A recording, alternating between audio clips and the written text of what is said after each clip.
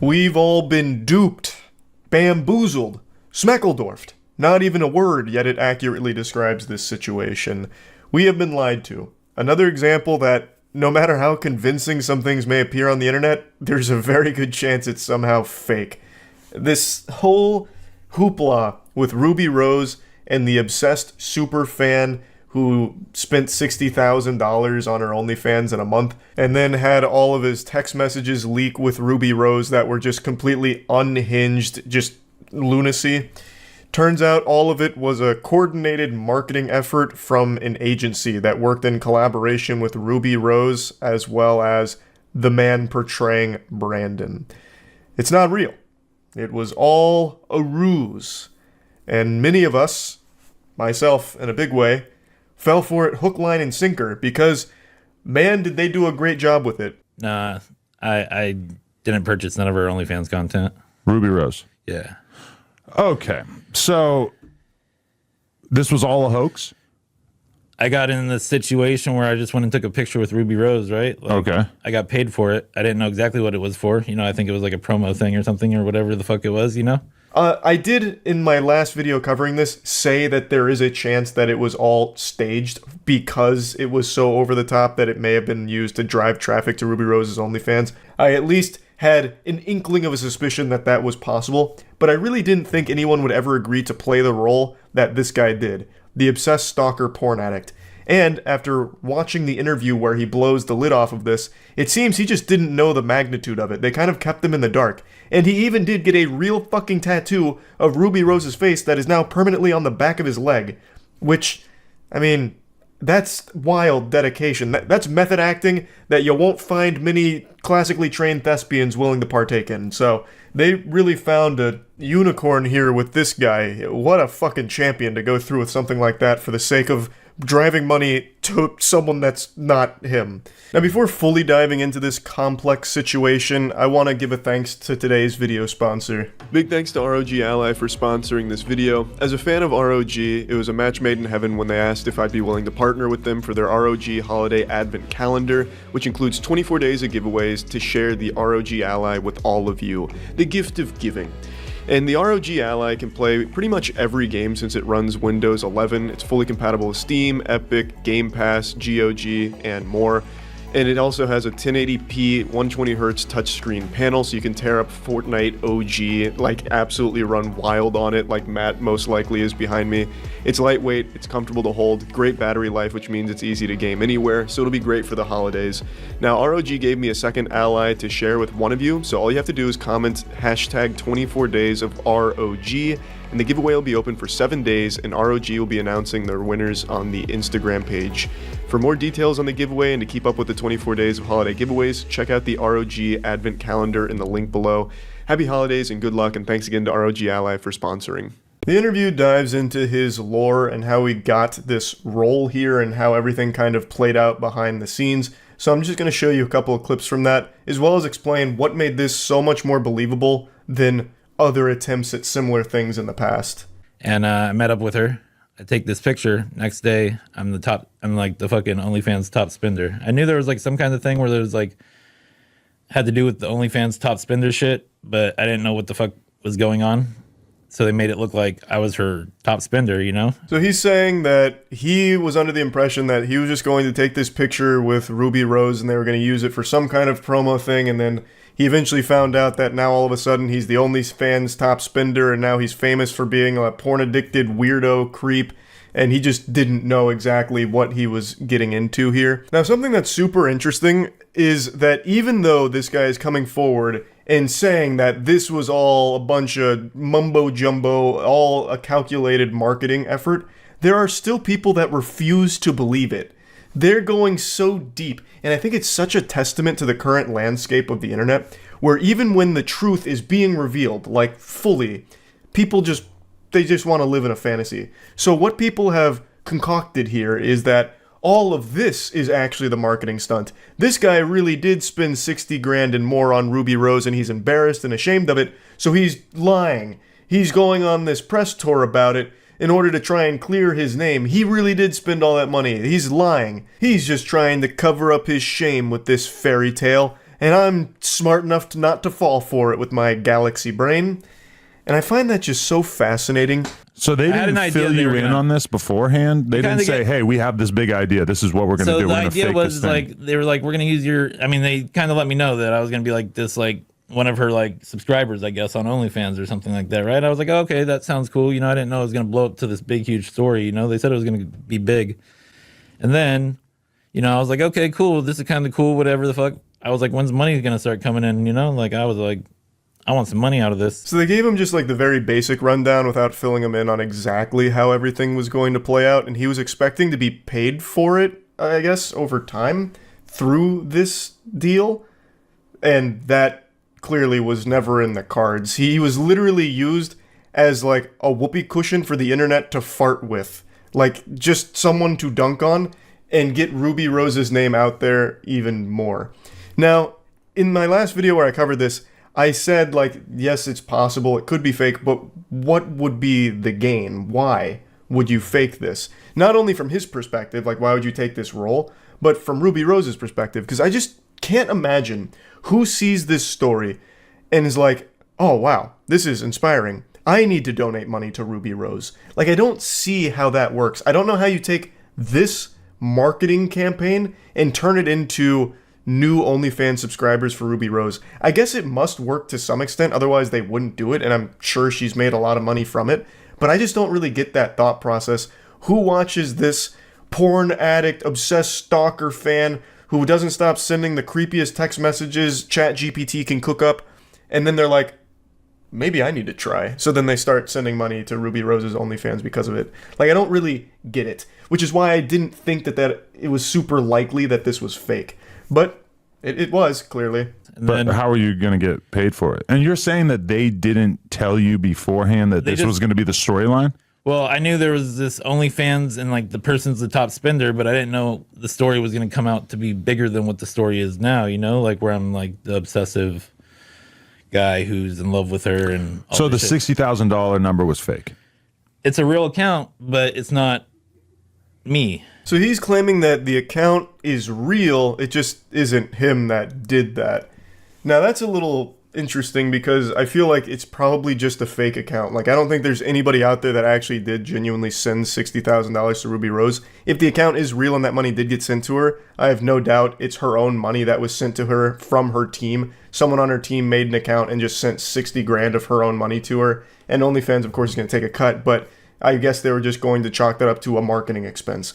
Like, if the account is real and it's not just a fake Photoshop screenshot or anything, or a faked video, then that's probably what happened. There isn't actually someone there that sent the 60 grand since it's not him. What's the next thing that's going to happen? And then I did say we should like get some kind of tattoo going, you know, like I'll get her name or something tattooed on me. I didn't think I was going to get a portrait Where's the portrait? on the back of my leg. Okay. So now so first I'm the top spender, and then it comes out to me being, I didn't know I was a Bitcoin billionaire, you know? I mean, I have some money, you know, but I'm not like, what do I think's a good price for the tattoo? Now I was like saying 15 to 20K, you know? Now, he really did get an authentic tattoo of Ruby Rose's face firmly planted on his body. Now, he said he asked the team for at least like 15 to 20 grand for it, and then he went on to say, like, he has some weird tattoos, so it wasn't that big of a deal to him. He even said, like, you know, down the line, if someone asks, he'll just say it was his ex-girlfriend or something. So he, I'm assuming, got paid for that tattoo. He then goes on to say that they never told him about the whole, like, crypto billionaire angle or anything like that. So he went to a weed shop and someone brought it up, and then it started to hit him like, okay, this is kind of a big deal now. So this is where the most important part comes up to me, where it really sold me on this being a genuine case of a porn addict, obsessed stalker that is sending unreal amounts of money to his fixation, Ruby Rose in this case.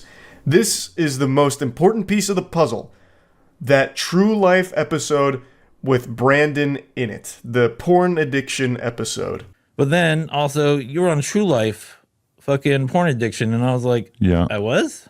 And then I looked into that afterwards, but so Were you on True Life porn addiction? Or because No. I saw that too. I saw that that there was doesn't like look a like me, does it? Oh, that wasn't you at all. I saw the picture and I just assumed that it was. Wow, is nothing real? Holy shit. No, so I mean, so This is the part that is just actually impressive to me because I would have never expected it. So, what happened is after the Ruby Rose initial post with her top OnlyFans spender, there were some super sleuths online that were doing digging to try and find out more about this individual because at the time he was like a fucking cryptid. This billionaire, wealthy porn addict that's sending all this money to Ruby Rose. This guy was up there with like fucking Slender Man, and people were trying to find out more about him.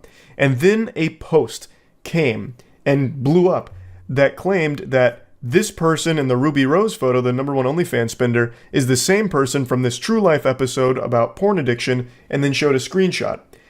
And the guy in the screenshot from that episode, which is what aired in 2009, does look pretty similar to this guy here, if he was aged 14 years in the future. And I went and I watched that goddamn episode, and I really did think that this was the same individual.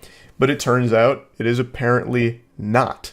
So, what this means is this team, Ruby Rose's team, planted that information there in order to sell the authenticity even further. This was one of the core components that convinced me that this was genuine, because you have this episode of a TV show from 2009. This isn't like a fake TV show or a fake screenshot or anything. This was a real episode of a show from 2009 with someone with a porn addiction that does resemble this guy, who is now apparently donating so much money to this OnlyFans creator.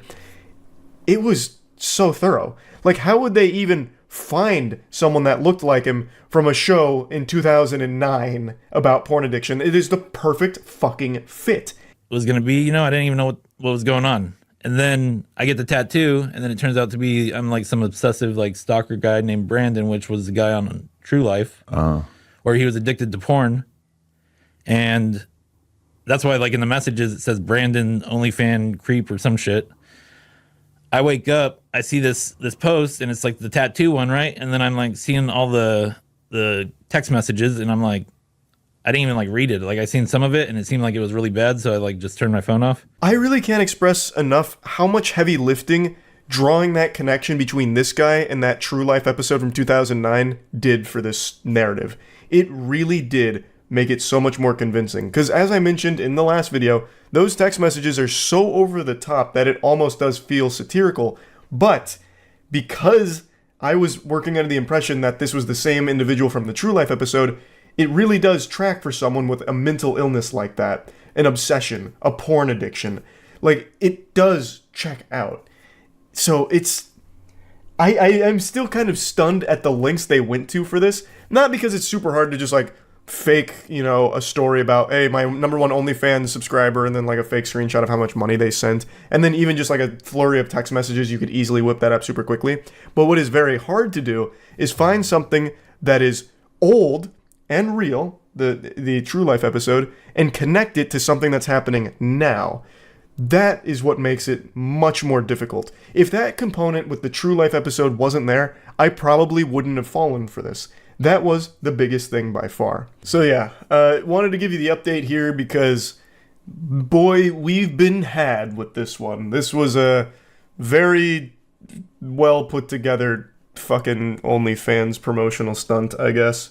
The guy does go on to say that he felt that the whole thing was just getting really weird now. Like, it doesn't seem like he's super happy about how everything played out. He doesn't like being known as this obsessive porn addict weirdo that's, enamored with Ruby Rose to an unhealthy degree or anything. So he doesn't seem really happy about any of it either. But I know who is happy. Ruby Rose and her whole team for this one. They're shaking each other's hands, popping champagne, and going fucking crazy together, I bet. So that's about it. So yeah.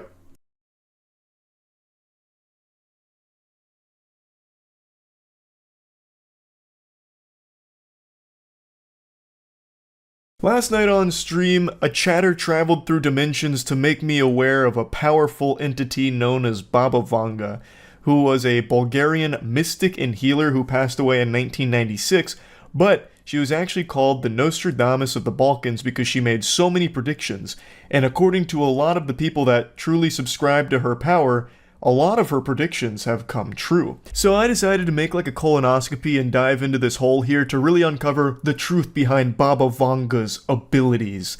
Now, Real quick, I just want to say the streams that I've been doing the last couple days have been unbelievably fun. There's been a lot of new faces in the chat that have just brought up a lot of really fun topics, like the other day with the orifice, last night with Baba Vanga. If you're not coming to my streams, you're really missing out. We're getting into some really deep shit. But anyway, we went over a lot of Baba Vanga's predictions on stream, and I did a lot of research after stream on her myself, personally. And she's got a lot of achievements to her name here. Her fucking gamer score for predictions is extremely high. She's got more badges than a Boy Scout because of all these predictions she's allegedly got right. By far her biggest, her crowning jewel, the one you see in every headline that mentions her name, even to this day, is her allegedly predicting 9/11. So this is what you'll see when you look into this. In 1989, Vanga allegedly exclaimed, "Horror, horror, the American brothers shall fall attacked by steel birds, wolves shall howl in the bushes, and innocent blood shall flow, those steel birds," you get it. This is her predicting 9/11, apparently. However, if you go back to try and look at any source with Baba Vanga saying anything like that pre-2001, it doesn't exist. This doesn't come up until well after 2001. In fact, that seems to be the case for a lot of the predictions she gets credit for. And for some reason, she gets credit for anything at all that happens in the world. If you went and got groceries today, well, you bet your sweet bippy Baba Vanga predicted it 26 years ago. If I went and masturbated right now, there'd be headlines about how Baba Vanga accurately predicted that Charles White would masturbate on April 18th, 2024 at 9 p.m. It's ridiculous. So from what I can tell, when anything happens, mainstream media or her followers will just say that Baba Vanga made that prediction over 26 years ago, and they won't even provide evidence half the time. And if they do, like in the case of 9/11 with the steel bird statement, no references to that exist prior to the event happening. So it seems to me, anytime something happens, they attribute it to Baba Vanga having predicted it after the fact. They put words in her mouth with predictions she herself never actually made. The predictions that she has made, like the official predictions from Baba Vanga that I can find, almost all of them have been wrong. Almost none of them have happened. And some of the ones she does get right are some very general ones that I feel a lot of people probably could have gotten right. The same exact thing with Nostradamus, who made so many fucking predictions that, yes, of course, some of them will be correct, because you spit out so many. I have a higher success rate and accuracy with my predictions on fucking video game announcements, and for some reason, they still write about Baba Vanga as if she's nailing all of these predictions all the time. It happens so frequently. Like in 2017, here's an article. Mystic who predicted ISIS 9/11 had 2 prophecies for 2018. You know what those prophecies were? One of them was that China would be the next superpower taking over the US, and that a new form of energy will be discovered on Venus. You can find media writing about her every year and attributing all kind of predictions to her, almost none of which ever even come close to coming true. For last year, 2023, here was her predictions. She said that there'd be a devastating nuclear disaster that would unfold in 2023 with a major power plant explosion that would cause toxic clouds to settle over Asia. And then there's another one of her predictions for 2023 about the Earth's orbit changing slightly. When we go through Baba Vanga's prediction timeline here in a moment, you're going to see that a lot of these sound like terrible sci-fi movie plots. Like time travel comes in, half animal, half human hybrids come in within like 100 years. It gets fucking crazy. It's like all of it is actually written by like Ridley Scott. But anyway, when I was going through mainstream media articles on Baba Vanga year by year, I noticed a pattern where they'd start talking about predictions that she in no way ever made from anything I can find. Not even her followers making rumors up about predictions, and yet mainstream media is saying that she said certain things that she just didn't. It's so weird. I really don't understand why. You can see Baba Vanga's predictions, and you can see that almost all of them are wrong. And yet, for some reason, people really believe that she had this superpower of predicting things before they happened. And the things she gets credit for are things that you yourself can't actually find any evidence of her ever making that prediction in the first place before the event happened. You're just taking strangers at their word that Baba Vanga said that before the event happened, even though there's no actual documentation to confirm that. It's just people saying, no, she said that. Trust me. That's my source. Trust me, bro. It's just very odd. It's so strange. Do you see the psychic Baba Vanga, who supposedly accurately predicted 9/11, who said World War III will be next month? I've heard about Baba Vanga. She's allegedly predicted things like World War II, Chernobyl, and Barack Obama becoming president. World War II? What do you mean? She predicted World War II? Why didn't she stop it? God damn it, Baba Vanga. She predicted the orifice. Yeah, that was her final prediction. Most terrifying of all, the flesh box. But let me see her World War III prediction, since apparently she made one of those, which I doubt. It's probably just people putting words in her mouth. She was known as the Nostradamus. She was known as the Nostradamus of the Balkans. She left behind predictions for every year up until 5079, when she said the world would end. What was her prediction for 2023? That's a lot of predictions to be making. One of the most alarming 2023 predictions attributed to Baba Vanga concerns a solar storm which could have caused calamitous consequences.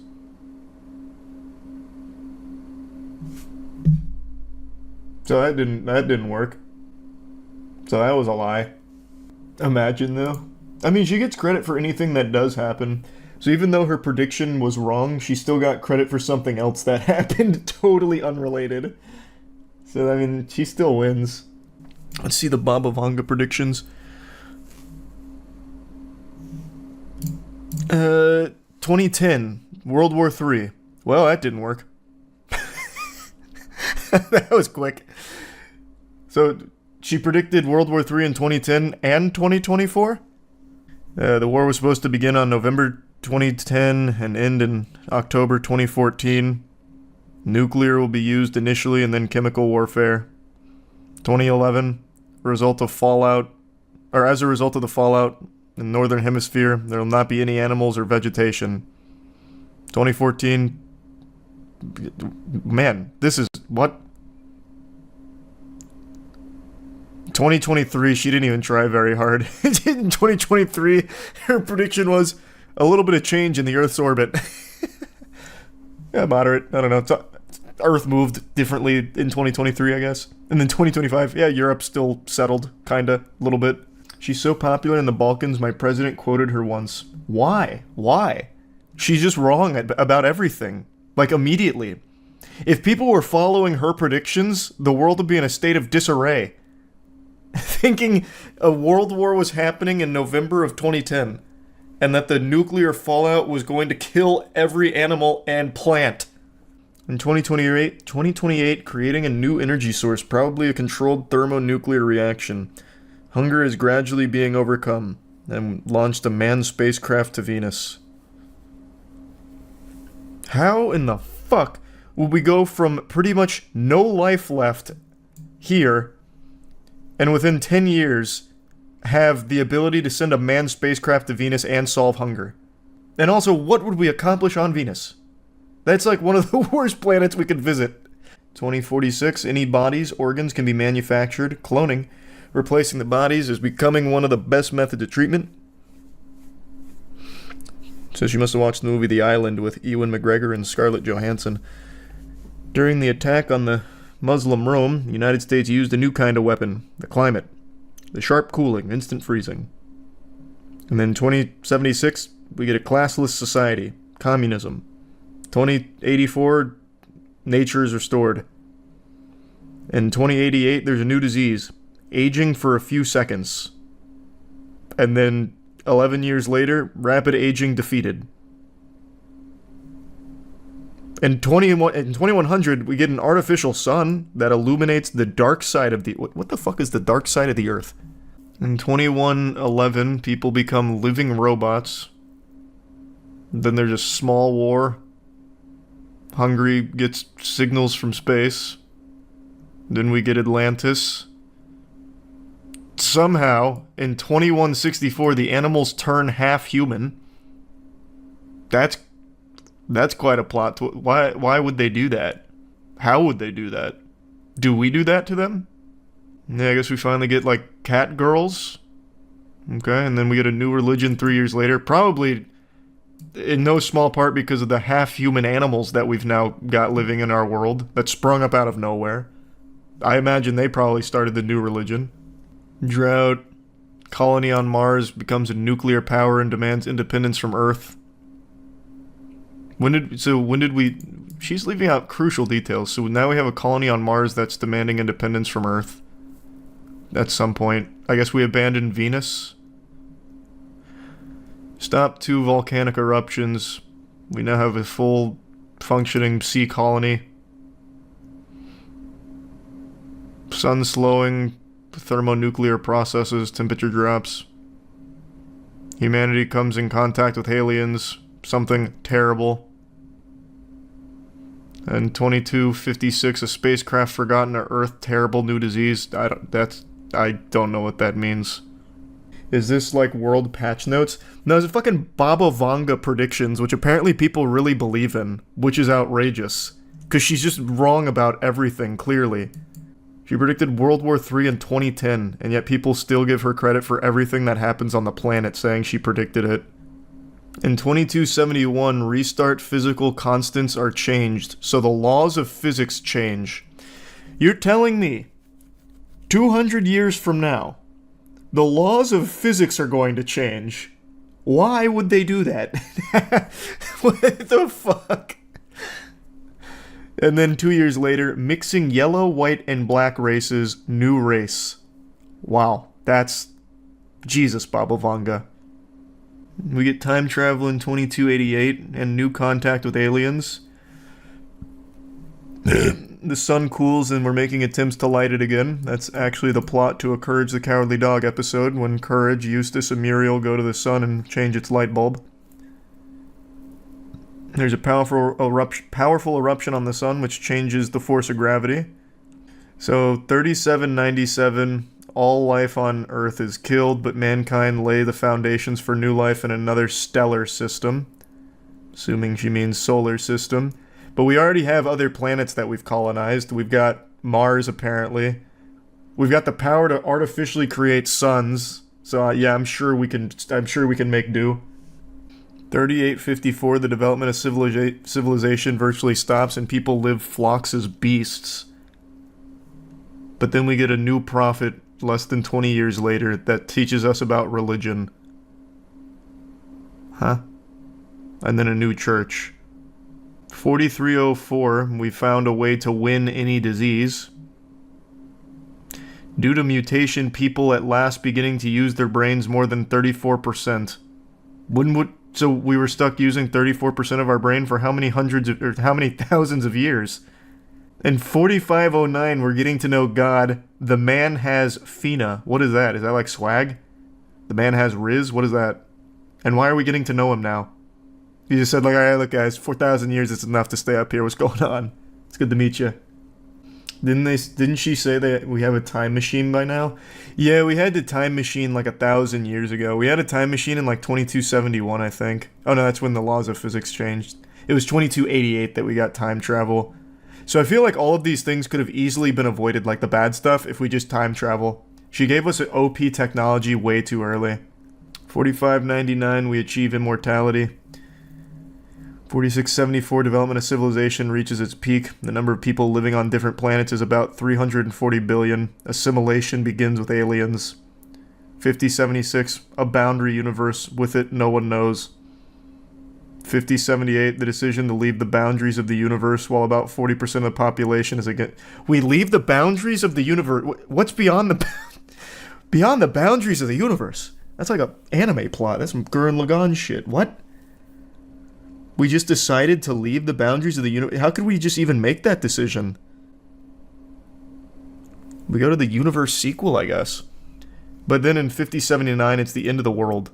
Who gives a fuck? We have like 1,000 worlds now. What are you talking about? We have so many planets. Who cares about the end of the world? That's small potatoes. I'm more curious about what we do when we leave the boundaries of the universe. That's DLC. Oh, yeah, perhaps. 3 out of 3,000, not bad. Well, the thing is, she also didn't even predict those things that she's getting credit for. They're not among her predictions. It's just people, for some reason, making it up on her behalf. But it's so weird, like, mainstream media plays into it as well. So, like, chilling predictions Baba Vanga made for 2024 that came true. The huge economic crisis. But she didn't do that. We just looked at her 2024 predictions. Well, there wasn't any. 2023, her prediction was the Earth orbit slightly changes. Is the Silk Song release date on there? Oh yeah, did she predict the final release date for the new Hollow Knight game? That's a good question. Let me check. Baba Vanga would know. I think she's just kind of become this figure that the media can draw on, like, oh, Baba Vanga says this. Gotta be careful, stay afraid.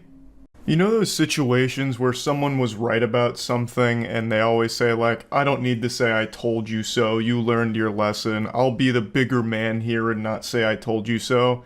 That's just such a load of dog shit. I'm 5'6", I'm not that big a man, so here's me saying I told you so. About like 6 months ago, maybe even longer, on stream, I went on a massive tirade about how the majority of those primitive building YouTube channels were fake. And I pulled up multiple videos to try and prove my point, and I was met with nothing but vitriol. People were calling me stupid, calling me wrong, calling me dumb idiot brain, like all kinds of insults about me not being right. Despite my evidence being pretty much irrefutable, I thought, people just wanted to live in their delusion that their favorite primitive building YouTube channel was legitimate, but they're not. And a YouTuber named SunnyV2 posted a massive video that's done extremely well that most people have seen by now, which vindicates me, proving that the channels that I'm talking about were fake. There's only a couple real ones, the biggest being Primitive Technology, which I always said was real. It's the only real one that I know of, but I'm assuming there's others that I just haven't looked into enough. But the majority of them, the very popular ones, are fake. Primitive Technology Idea, Mr. Tifu, like all of these massive ones that sprout up out of nowhere, get 500 million views. They have like all of these crazy intricate things like water slides with giant giraffes and crocodile statues in there looking like a fucking mini golf course that they apparently make out of sticks and stones. All of those are fake. Obviously. But no one wanted to believe me when I was trying to prove it, and now that Sunny's made a video on it, now everybody knows that they're fake. And people have apologized to me in Twitch chat for not believing me, and I accept your apology, but still, I told you so. Now let's go through the video and go through the evidence a little bit and get a little more in depth on it. Have you seen the video debunking those primitive building videos? I actually still haven't seen Sunny's video on it yet, but I also debunked those videos on stream, and I was met like I was trying to teach teriology. No one believed me. I tried debunking it on stream because I was telling people that most of them, almost all of them, are fake, and nobody fucking believed me until SunnyV2 posted his video on it. Now I've been vindicated. But yeah, I still haven't seen his video yet. He came out with real evidence and explanation. Man, suck the dirtiest part of my ass. I came at you with, voice crack, with real evidence and explanation, but you guys didn't want to hear it at the time. I brought up like 3 different videos showing the aftermath of primitive building videos where someone bought like 10 acres of property and there was like multiple locations where they made those like underground primitive swimming pools and shit, and you could actually see construction equipment, tire tracks and all of that. And you guys were like, no, those are just naturally occurring jungle tire tracks. Like, I came at you with evidence and you still didn't believe me. Almost every single primitive building channel is underpinned by countless different lies, and we've got tons of evidence to prove it. Goddamn right we do. Now, we need to put an emphasis on the fact that this is a 500 million views per video. Users. That channel name is so shameless, Mr. Tifu. Is it supposed to like capitalize off Tifu being a popular YouTuber in the algorithm? I'm actually not super familiar with this one. Was that the idea behind it? Users continued to mention one name over and over, crediting him as legitimate amongst the sea of phonies. Primitive Technology, yep. The 10.4 million subscriber channel, which is when going back to the beginning of these silent, relaxing videos, it becomes pretty obvious as to why they're credited. If Sunny plays the same videos I played in my evidence, I'm gonna be tight. Primitive Technology cuts no corners and shows how each stage of the construction is legit. Yeah, Primitive Technology is real. Again, this follows the same format as everything else on the internet. Someone comes out, does something super impressive, legitimately, and a lot of other people will try and do it as quickly as possible to cut as many corners as possible to try and capitalize off it. It happens everywhere, so it's not like it's surprising that it happened with Primitive Technology. But yeah, he's legitimate. 100%. or blue. And it's a weird blue colour.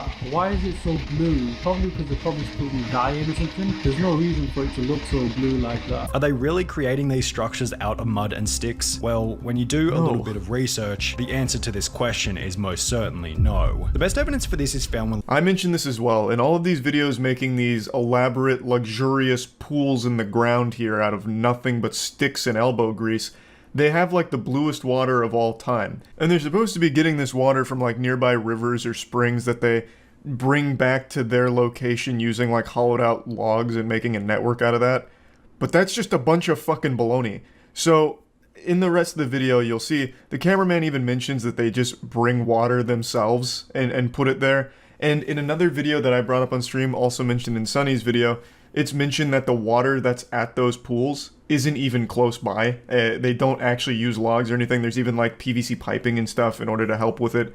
But that is just absolutely not even close to being real in any sense. frame they're in an 8-foot deep trench. Now, if they're digging this deep with sticks, how are they avoiding large rocks and potential tree roots from, you know, the massive line of trees seen just behind them? Are they being assisted by large machinery? Well, No, we'll get to they're that just in a little very bit, strong. but first, let's focus on the clip where a guy in a white t-shirt can be seen working on a project in the background. Yet, if No, that's just their cameraman. He's also using sticks over there in order to whittle out just a little stubborn branch is all. as the video would suggest. It is a large operation, as you may suspect, with a large team. I'm behind shocked. it. After he then offered to answer any questions we had about their channel, we attempted to figure out how many different construction sites before capturing over 8 minutes of footage with a drone. We'll refer to So you guys believe it when he puts this in his video? I pulled this exact fucking thing up in my rant on these things being fake.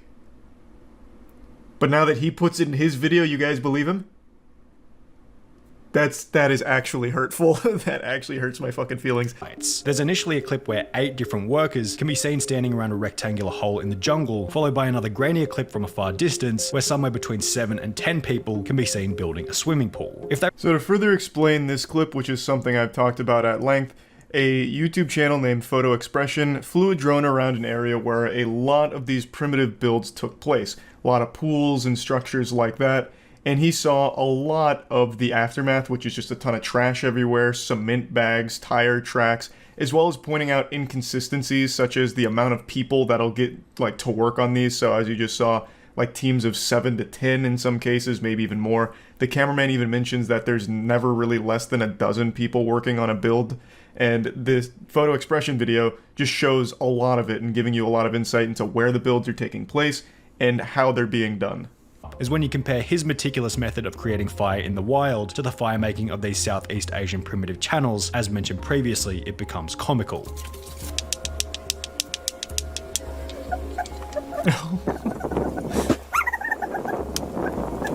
They slap a couple of rocks together before beginning an explosive Well, they just have fire on better large logs rocks. with no kindling whatsoever. John Winnan draws a big circle and begins to dig it out. Only in the next frame, suddenly there's spray paint on the ground that they forgot to rub out. Additionally, on the wall of the hole, these long smooth cuts can be seen, which are completely incomparable to the cuts being made by the stick. No, he's using a there's bigger stick reason for those, this. Turns out spray obviously. paint marks weren't the only thing that they forgot to rub out, as in the minutes that Tire follow, tracks. excavated tracks can be seen here, Yep. here, and here. In I'm... addition- So now you guys believe these are real tire tracks? Interesting. Weird. You guys just think I'm some kind of big fucking bumbling idiot who doesn't know what fucking excavator tracks look like. However, was that they forgot to take the actual excavator out of the top right hand corner. According to the email sent to us by the I didn't cameraman even- on one of these channels, I'm not gonna lie, I'm pretty sure I pulled up that same video and even I didn't notice the actual excavator was there. Yeah, well, you know, I hit more times than I missed in my evidence.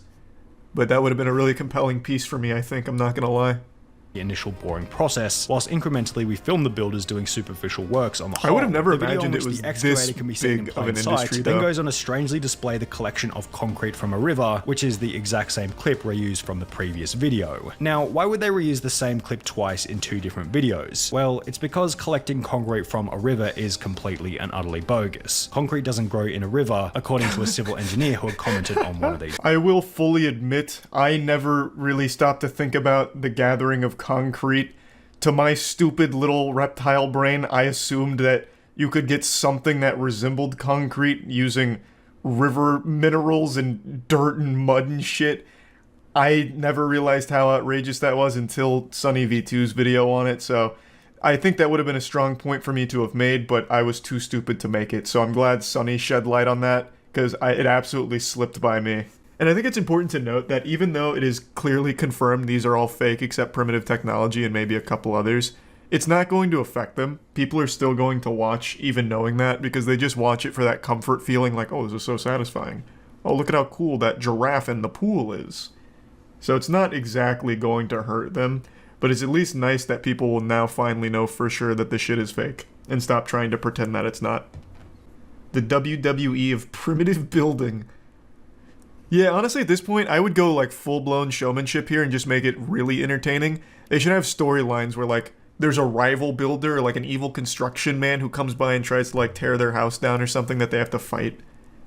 Like, get real wild with it. Has their own unique method for creating natural concrete. This channel's concrete is simply a mix of dirt and water, which, if you think about it for 2 seconds, doesn't create concrete and rather creates muddy water or mud, which is just dirt after the water dries. This other channel gets a bit more creative with it. Expression had stumbled upon various completed primitive builds, also showed that after these channels are finished building, the sites are simply left to rot. This video doesn't speak for every Southeast Asian primitive building channel, but in this particular case, rubbish was left everywhere, including, as you might guess, cement bags. The fact that the videos are fake isn't, were attached together then used to siphon water from a river to the pool. Only there was no river. Photo Expression found the exact site of this pool, then stated in his video that in reality, the closest water source was more than 6 kilometers away. Instead, he found a bunch of blue plastic piping attached to a tap in the ground. The funny part is any scene where you see them sourcing water from some magnificent waterfall or lake, they're actually going somewhere perhaps hundreds of kilometers away and pretending to take it back. The video in which Photo Expression... This camera guy seems so nice.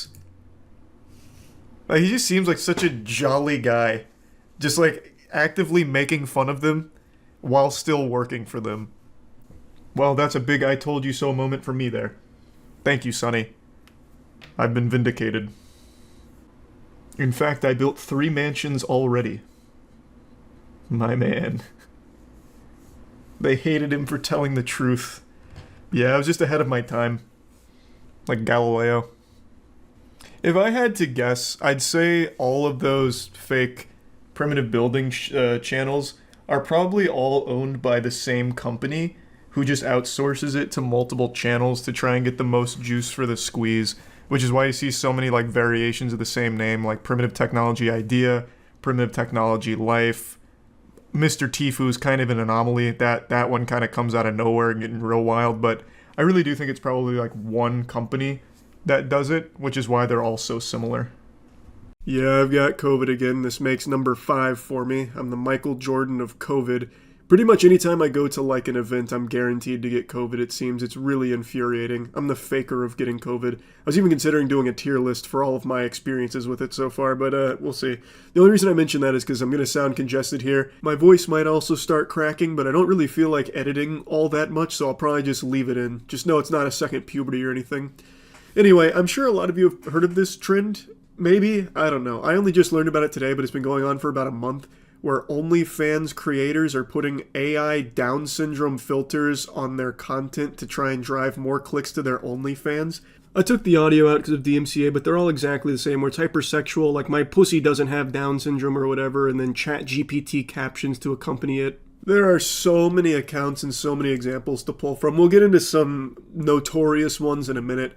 But in some cases, it's the management teams that are doing this, where they're taking their creators and then making like a separate account for them, where it's all AI Down syndrome filters on the content to link back to the other OnlyFans. So it's a tactic to try and drum up more clicks to it. I can't exactly find the genesis of this, what started the trend, but it goes back about a month ago, from what I can tell, and it is blown up. There are so many of these, and there's a lot of articles being written about it now, about the fetishization of Down syndrome and also just using AI to pretend that these OnlyFans creators have disabilities to try and get more people to their OnlyFans. It's fucking weird. There are so many like this one here where it's not even close to being convincing. You can actually just see the filter fall off anytime she turns around.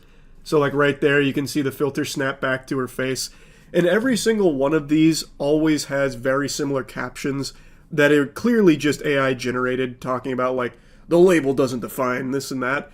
And then it goes into the most hyper-sexualized shit ever, like, just because I have Down syndrome doesn't mean I can't go down on your fucking nutsack and suck the piss out of your balls. I will literally suck the cum out like Shang Tsung extracting a soul. And then they all link to an OnlyFans. Now, on that OnlyFans, I don't know if they continue to keep up the ruse that they have a disability. Like, if they continue to just do, like, the AI filters and all of that. But there is a YouTuber who did pay for some of them. His name is Tuv. He did a whole investigation on this and a couple of other things that stem from it. According to him, in most cases of his research, they weren't showing their face, or they'd hide it behind like their phone when they took a picture or something like that. Now, another thing, a lot of these accounts have started to be aware of the fact that you can sometimes see the AI filter glitch when the video has them like turn around when dancing or whatever. So a lot of them are also now starting to only do front-facing stuff, because then the filter isn't prone to glitching as much, which makes it harder to tell if it's fake.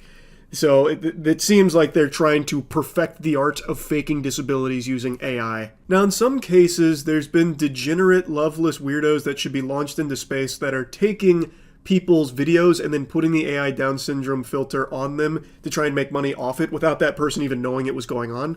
I know in one case there was a TikToker who had her dance videos taken by one of these fucking lobotomites, and he just put the Down syndrome filter on it. She had no idea, didn't sign off on it at all, and was very appalled by it. So that does happen, but I do also think this is a new tactic being used by OnlyFans creators as well as management teams to try and get more clicks to OnlyFans through pretending to have disabilities and shit like that.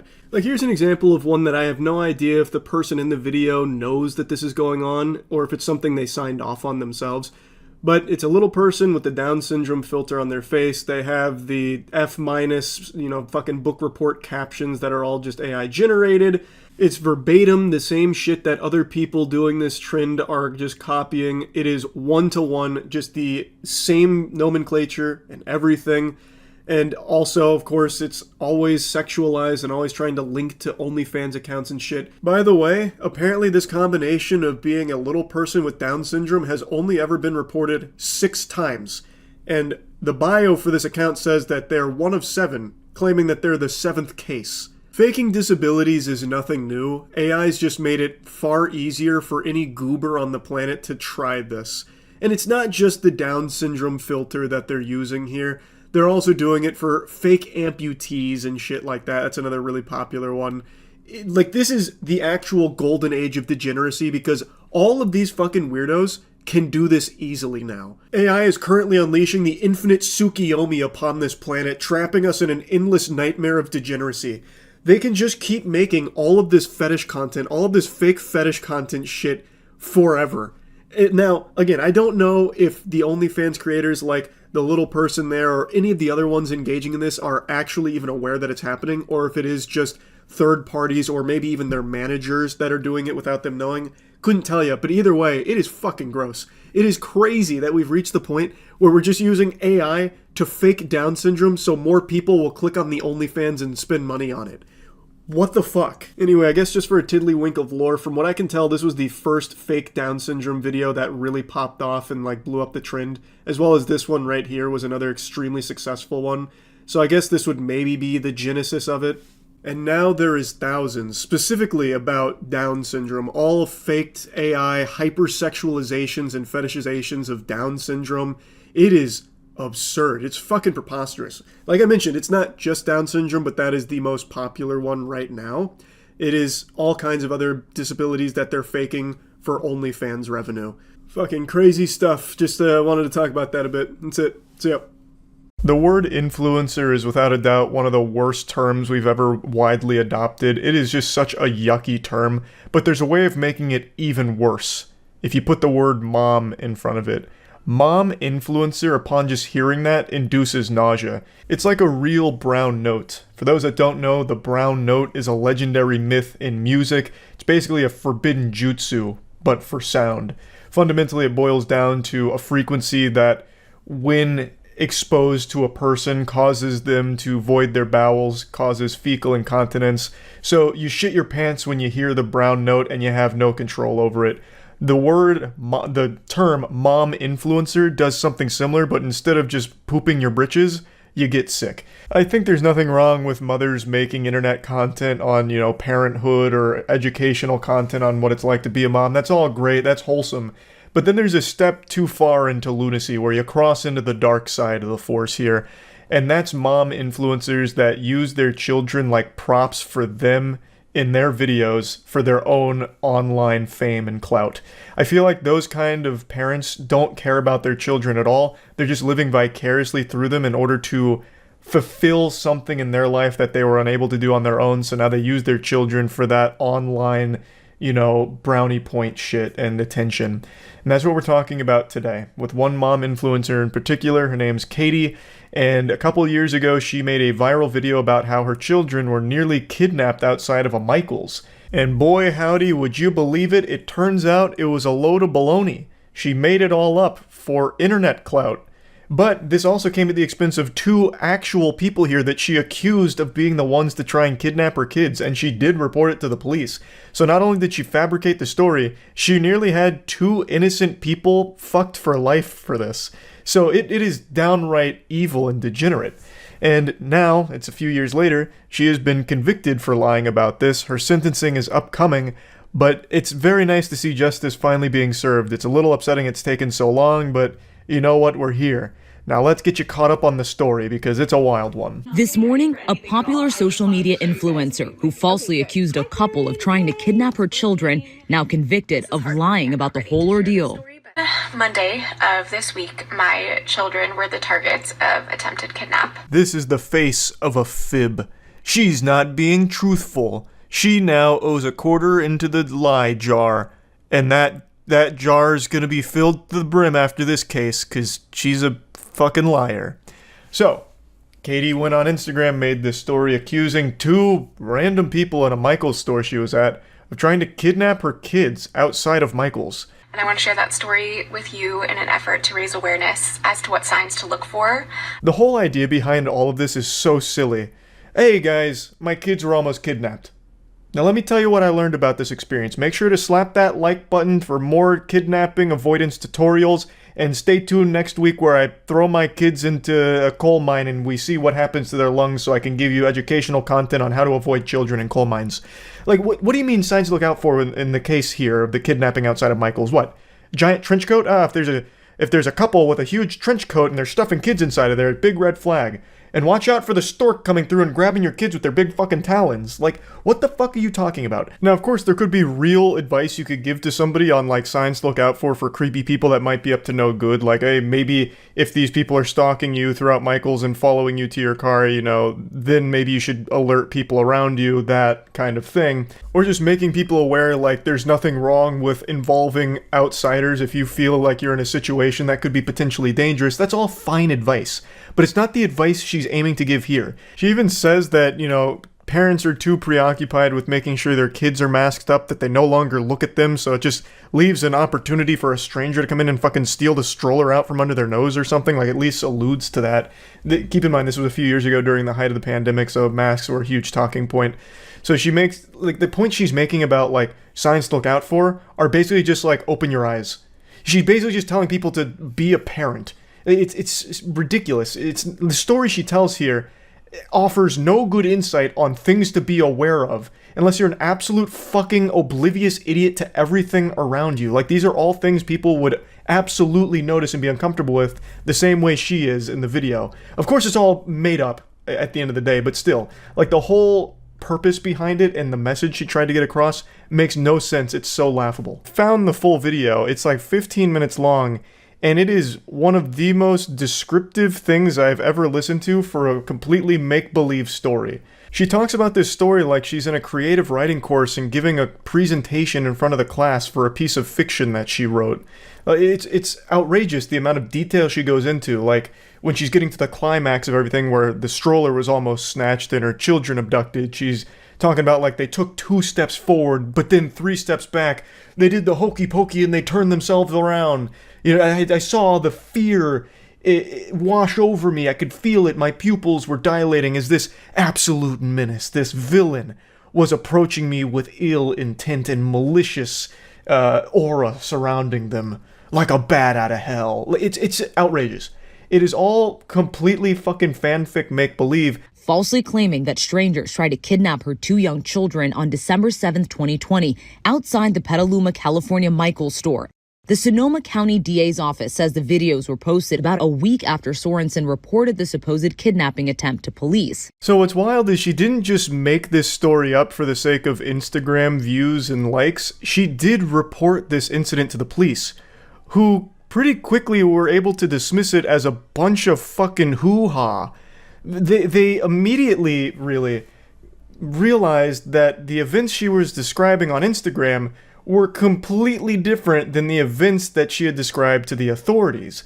It was wildly different. And after talking to the couple in the clip you saw there, that photo of the couple, after talking with them, they realized that there's no evidence at all. There's no witnesses. There's nothing to corroborate anything that Katie was ever saying.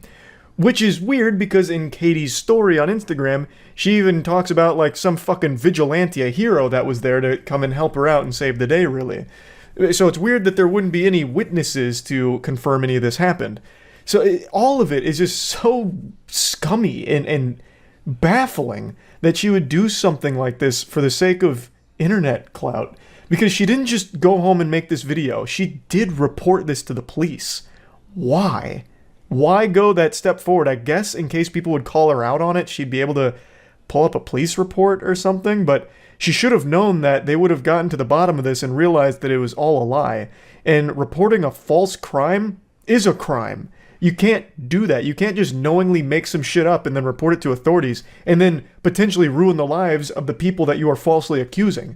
That's just downright evil. In the video, Sorensen described a number of details about the alleged incident that hadn't been disclosed to police. The accused couple, Sadie and Eddie Martinez, say they actually recognized themselves in this photo and came forward to deny Sorensen's claims. She wanted a stronger following. She was looking for, content for her fame and her income. And at our expense. I think they're absolutely correct. I think the main motivator behind all of this was just that internet attention. A little fucking clout goblin was born on this day, and it did work for however brief a time. Katie did receive a lot of love, got a lot of new followers on Instagram, had a huge outpouring of just well wishes from the community for such a traumatic experience and her bravery for sharing it and all of that. And she did build a big following from all of this at their expense, but her house of cards has now come crumbling down clearly, and there were already signs that this was very fishy even a few years ago where authorities were like, this is a bunch of mumbo jumbo, this isn't real, there's something goofy afoot here. So this has been a long time in the oven here cooking, and now we've reached the point where she doesn't have that following anymore. She lost some of her most avid supporters, clearly, because you can't really support someone that does something like this. So now the only thing she has is potentially 6 months in the slammer for this. Sorensen's attorney maintains his client did not lie to police. She misperceived and misunderstood a series of random events which were occurring around her and made a honest report to the police on December 7th. That man looks fearful for his life right there. I don't know what's going on, if he's some kind of like prototype android that's having a hard time expressing emotion, or if Katie's threatening him with some kind of wild accusations and he's feeling the pressure. That man was robotic. But basically the defense is, Katie was too fucking stupid to understand what was happening, so she ended up just making a report that is completely not grounded in reality at all. And we're very sorry that she's so dumb. So they're just playing the she's an absolute idiot card, which I guess is becoming a very popular defense. There's a difference between being stupid and being dangerously stupid. If you're the kind of person that's so fucking dumb that you start making false reports and accusing innocent people of heinous crimes, that's still not excusable. You can't just write it off as, they're just a quirky weirdo that's dumb. You can't do that. They still need to face punishment for that. So even if the guy here is correct in that she just misperceived everything, she still needs to be punished for falsely accusing this couple of things that just didn't happen. Her attorney adding that it was when Sorensen reviewed the evidence that she realized she was wrong. I don't think she had any understanding of how this would spread and the impact it would cause. But some legal experts say this verdict is about accountability. This is a woman who lied for clicks at the expense of a couple in California who wrongly accused them of a very serious crime. I agree, Katie does need to be held accountable for what she's done here. I personally think this wasn't just some like, oops-a-daisy, I'm so dumb moment, I misunderstood everything that happened and made up an entire story around it, silly me. I really think this was a calculated content play where she knew a video like this would garner a lot of support. Because, obviously, who doesn't want to rally behind a mother who went through a traumatic experience but came out okay and is using that as an opportunity to try and educate people in her community to be better prepared for scary things like that in the future. She probably knew that this video would go insano style on views and engagement, so she went for it.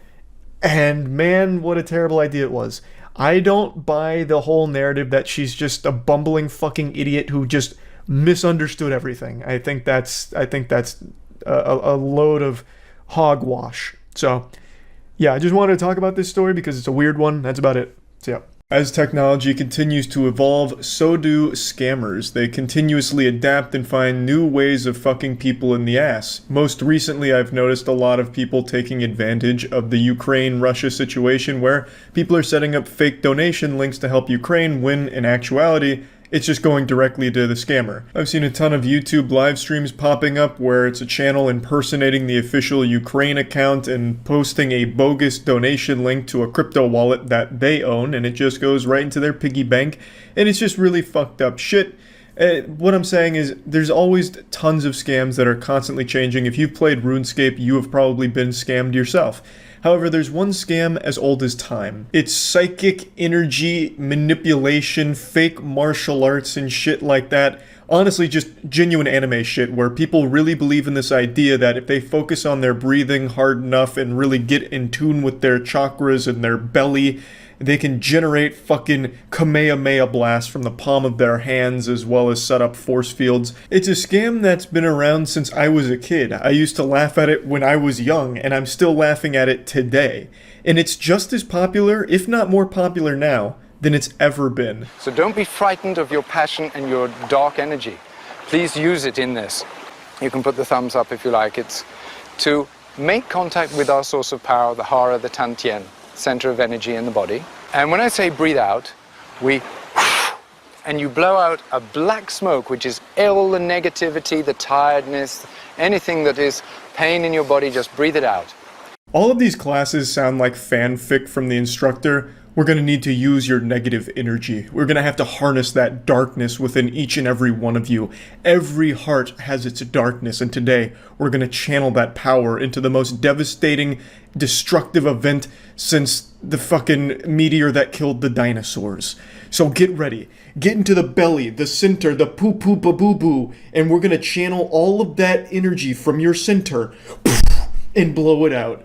He talks about, like, expelling all of the negativity and shit. Like, just breathe out all of the problems. That'll surely fix it. Oh, you're homeless? Just breathe better, idiot. And then I say, look up. Hold the energy down into your body. And lock it in the belly.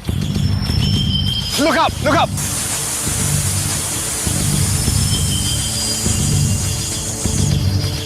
Hard. Yes, it's coming out this way. Good. I love this maneuver right here. They're looking like vampires that just got exposed to sunlight, so they're starting to melt. It's like a Redditor leaving the basement for the first time in 10 years. Now, this video is a video I saw like 7 or 8 years ago now, and it's just a timeless classic. I think it illustrates the entire problem with this scam top to bottom in a nice, easily digestible 7-minute video, which I will of course be breaking up and just showing you the greatest hits here in a nice little montage, give you the cliff notes.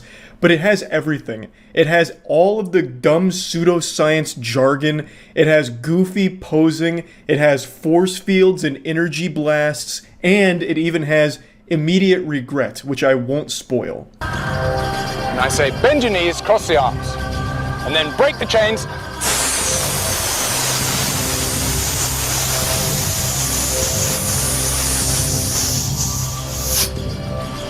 Oh my god. It's all over. He broke the chains. No one's safe. That was the only thing keeping him in line, keeping his power in check. He's gonna rampage now! Fuck! He's free! Ah! And we thought the chains would be enough to hold him down? God damn it! This is the end. I just love this shit so much, man. I really fucking do. Break the chains!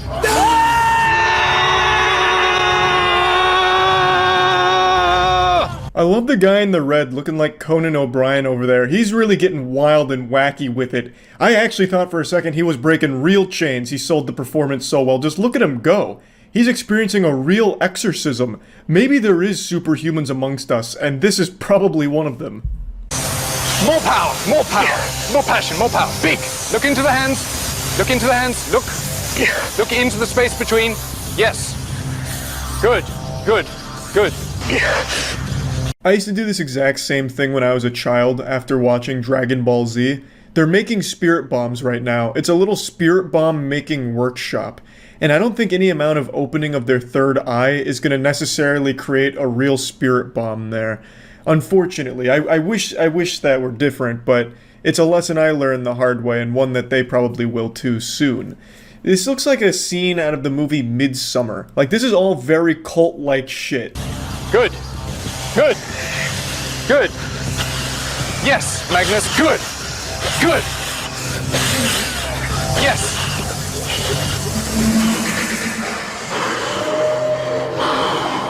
That's looking like me when I was trying to dance at clubs back in college. Dude's hitting like a mean TikTok dance or some shit there. He's having a full body experience right now. And I love this guy. This guy's so fucking great. It's like he's getting hit with an invisible lightning bolt. Just being electrocuted. He's just fucking... So is there anybody who wants to try defending themselves? Well, it'll work, so it doesn't, you don't really have to try. But is anybody ready? You're ready, actually, and you're ready.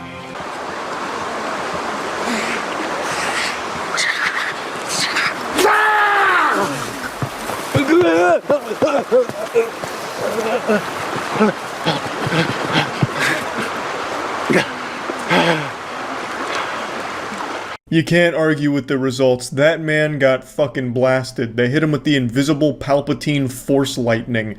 It just zapped him. And then when he was writhing on the ground, flopping like a fish, he seems to have ejaculated at the very end of it.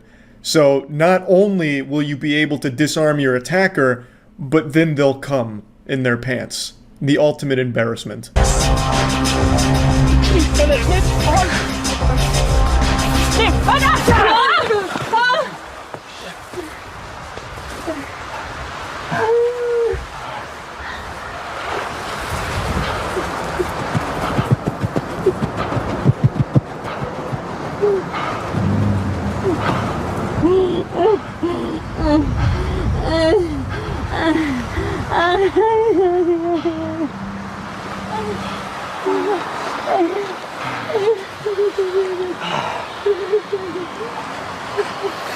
Where were you guys?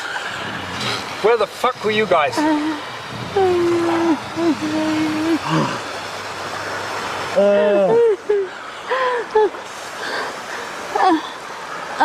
There's no doubt she immediately regretted paying for this course. Not only did she give money to get her ass annihilated, she then had to spend even more money on medical bills for her fractured pelvis, I imagine. I don't know if her pelvis was actually fractured, but in the full clip she walks away in excruciating pain holding her hips. So it was also a very hard tumble too. Unfortunately, she didn't set up the proper force field, and he just went straight through and bulldozed her, absolutely fucking steamrolled her. It actually looked like a linebacker busting through the offensive line to get a sack in the NFL. It was aggressive. He was coming in with a head of steam. There was no stopping him. Well, this is what happens when an unstoppable force meets a force that didn't even know the other was coming. It was devastating. She took a big fucking wallop there. And then he desperately tries to sell the performance, like he just starts like gyrating and seizing on the ground like, no, it actually worked to a degree.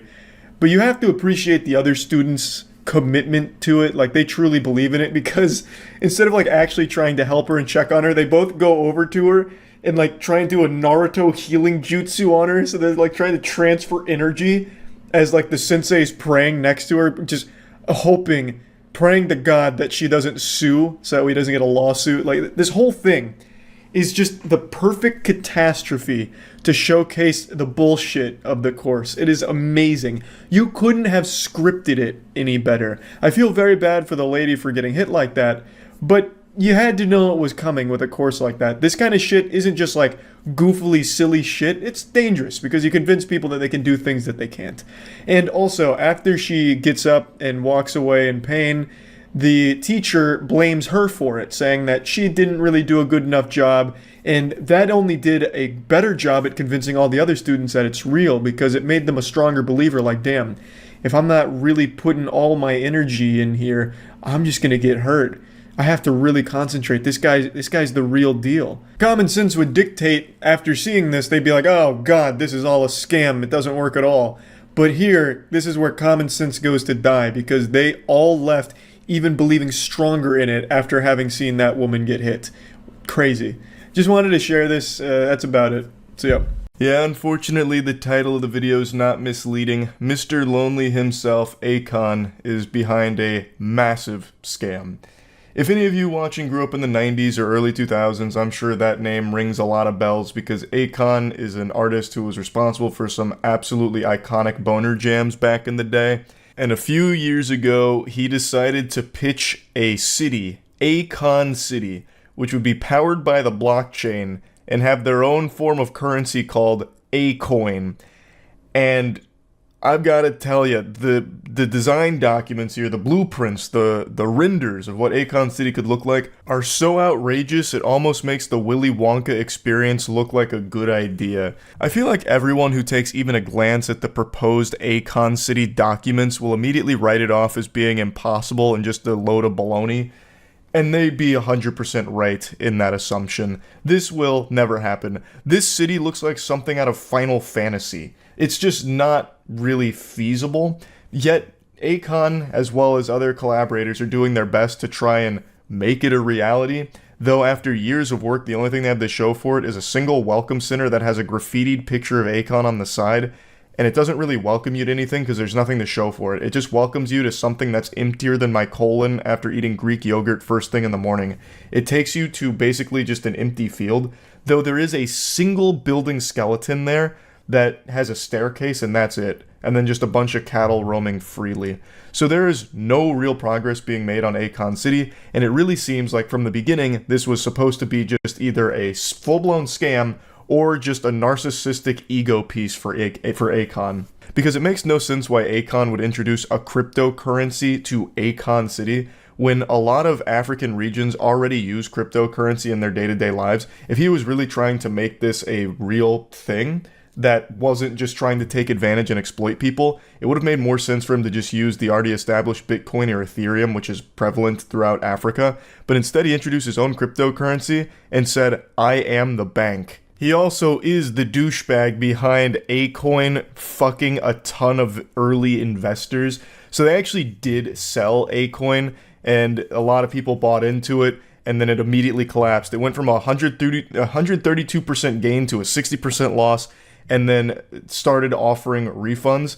And all these investors, when trying to get their refund, basically just got cold-shouldered and never got their refunds for this. They basically just got rugged like everyone else with the crypto boom a few years ago. But anyway, I recommend checking out Patrick Cece's video for an in-depth look at a lot of what went on behind the scenes at Akon City and Akon himself here.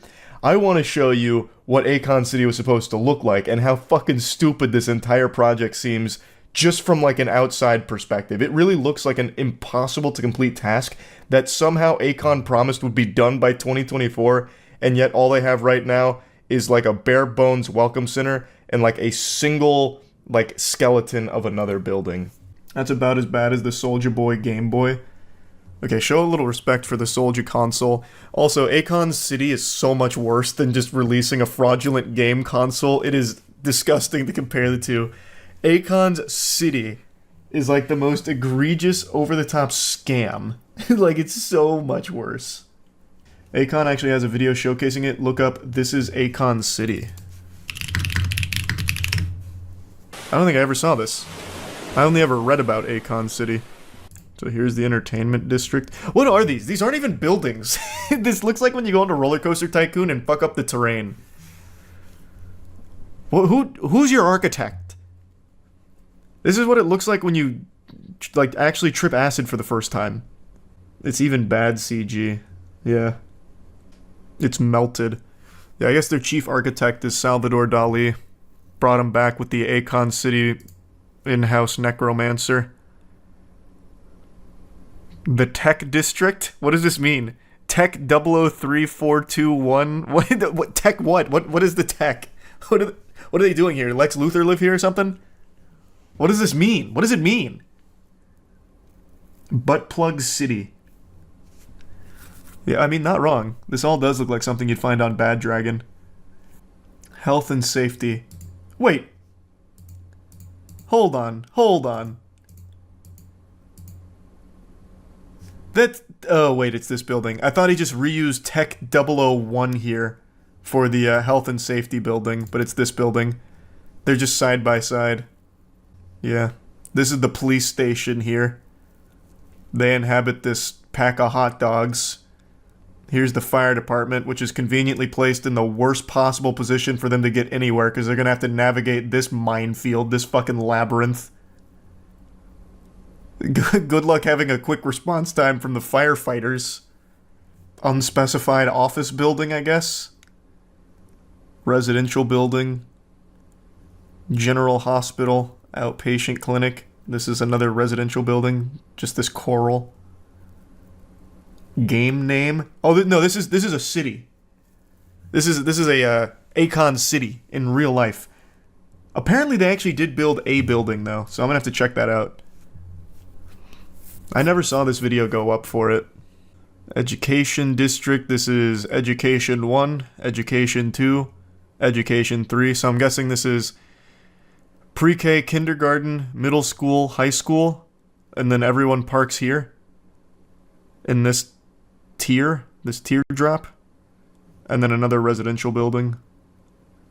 Osmosis Jones type landscape. Bro modeled the city from the mitochondria. Yeah, true. So here's the Scenewood district.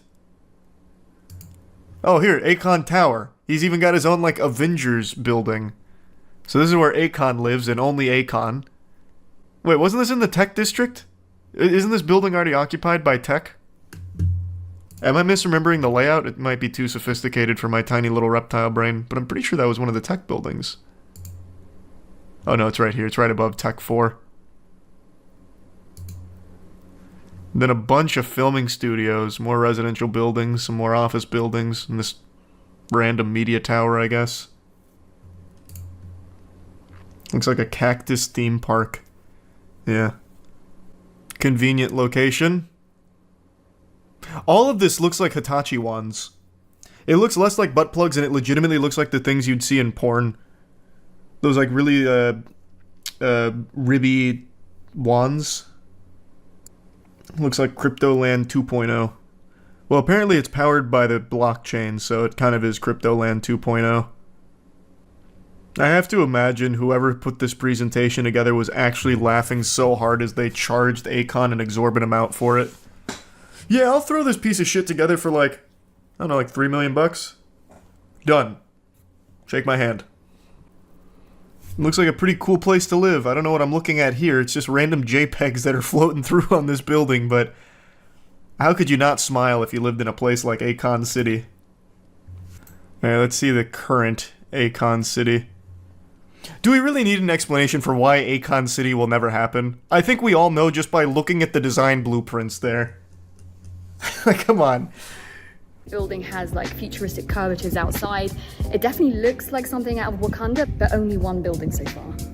Whoa, what was this? Wait, what? This is there right now. Also, you should probably have someone else come in and do the artwork on the side of your building. Why? That looks like extremely low poly. It's like a PS1 render of Akon. You could definitely find a better artist for that. In March 2022, Stevens asked a judge to freeze Akon's New York assets, claiming that without the measure, Akon would have difficulty repaying an alleged debt. Stevens' lawyer, Jeffrey Movitt, alleged in his affidavit that Akon City and Akon exhibited many of the trademark characteristics of a fraudulent business venture, such as Ponzi schemes and pyramid schemes. Akon City was likely a scam. Akon denied the allegations about Akon City. The following month, he paid $850K to settle part of the ongoing lawsuit. He said the motion to freeze his accounts has been made out of spite. I mean, likely a scam is very generous. It is 100% a scam in every possible version of the word. It is official. That's the only thing they've built at Akon City. It's just a welcome center with his face on it. Well, why can't I... Does anyone ever pay a visit to the welcome center? I want to see it.